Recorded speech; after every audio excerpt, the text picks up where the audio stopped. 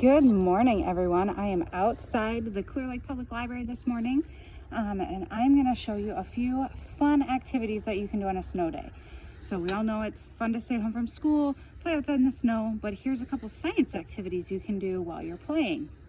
So I grabbed a few things out of the cupboards here at the library, and the first thing I want to do is this morning when we shoveled, we put down salt. So that people wouldn't slip on our sidewalks. So I'm going to test out a couple different types of salt and see which one melts the snow the best. So I've got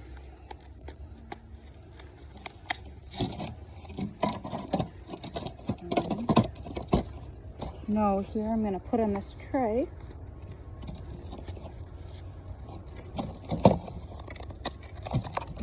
And I just used a cup to scoop up. So I've got one snowball over here, one snowball over here. Great snowball making snow, for the record. And I've got some just regular salt. I'm gonna pour it on this one and see if it'll melt it. Regular table salt. And then I found a box in our cupboard of rock salt. So I'm gonna try to pour that on this one. That one doesn't stick as well since it's so big, but I'm just gonna kind of let that sit and see which one melts better. You could try all kinds of different salts.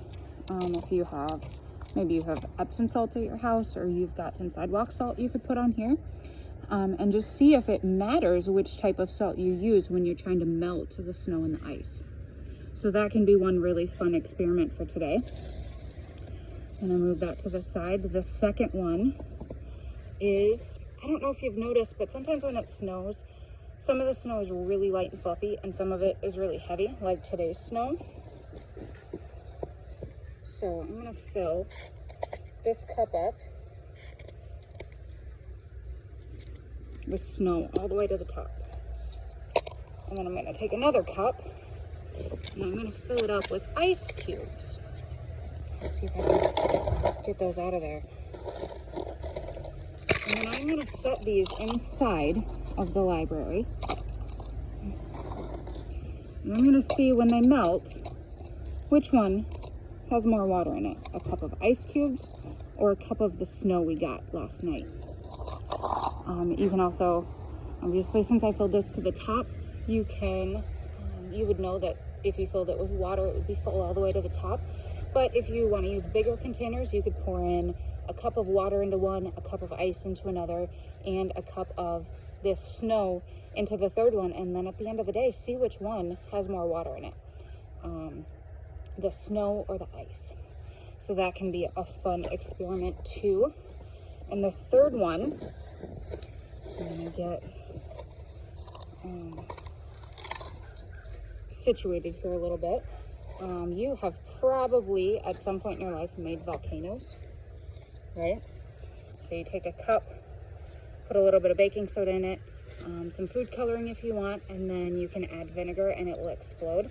A really fun activity to do today, especially with the snow, is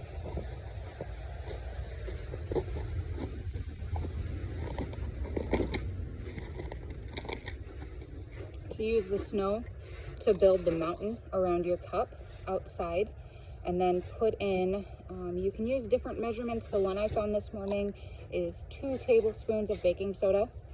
If you want extra bubbles, you can put in 2 teaspoons of dish soap, put in a couple drops of food coloring to make it really fun, and then build your make sure your volcano looks good all around it. And then when you're ready, add in 1 cup of vinegar and watch it explode. And you can have your own outdoor snow volcano. So that one could be really fun too. I don't have everything here that I need for that, or I would have demonstrated it, but I hope you have fun with this snow day.